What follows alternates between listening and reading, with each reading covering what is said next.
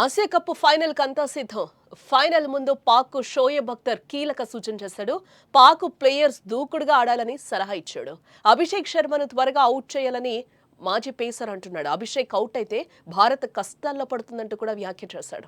బంగ్లాదేశ్ పై ఆడినట్టే దూకుడు ప్రదర్శించాలని అఖ్తర్ అంటున్నాడు. గంభీర్ వ్యూహం పట్ల అఖ్తర్ ప్రశంస కురిపించాడు. క్రికెట్ అభిమానుల కళ్ళిప్పుడు ఆసియా కప్ 2025 ఫైనల్ మీదే ఉన్నాయి.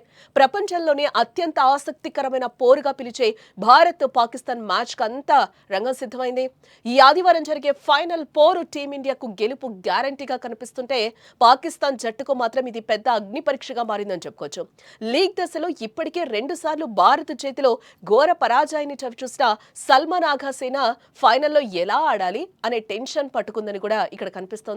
భారత్ జట్టుకున్న పటిష్టమైన బ్యాటింగ్ లైనప్ ముందు పాకిస్తాన్ ప్రణాళికలు బెడిసి కొడుతున్నాయని విశ్లేషణలు అయితే ప్రస్తుతం వినిపిస్తున్నాయి. ఈ నేపథ్యంలోనే రావల్పిండి ఎక్స్ప్రెస్ షోయబ్ అఖ్తర్ తన సొంత జట్టుకు అత్యవసర సలహాలు ఇవ్వాల్సి వచ్చింది.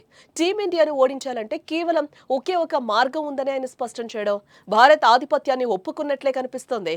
భారత్ పై పాక్ గెలవాలంటే ఒకే ఒక మార్గం ఏంటంటే భారత యువ ఓపెనర్ ప్రస్తుతం అద్భుత ఫామ్ లో ఉన్న అభిషేక్ శర్మ వికెట్. అవును, పాక్ ఫాస్ట్ బౌలర్ల టెన్షన్ అంతా ఇప్పుడు ఈ యువ సంచలనం మీదే ఉందని చెప్పుకోవచ్చు.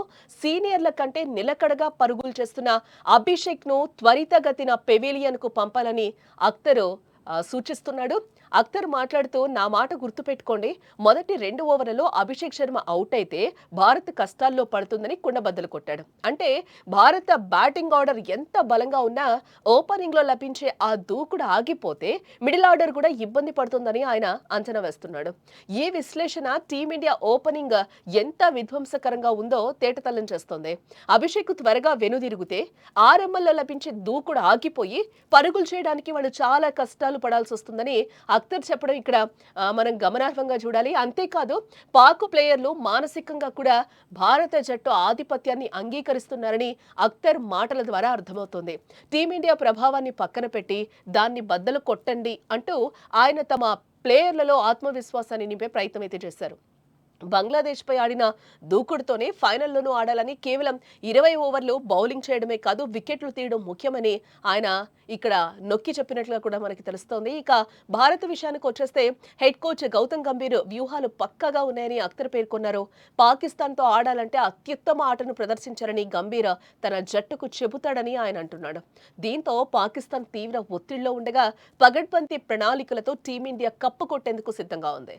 ఈ పోరాటంలో అఖ్తర్ సలహాలు పాక్ ఎంతవరకు ఉపయోగిస్తుందో కూడా ఇక్కడ చూడాల్సిన అంశం.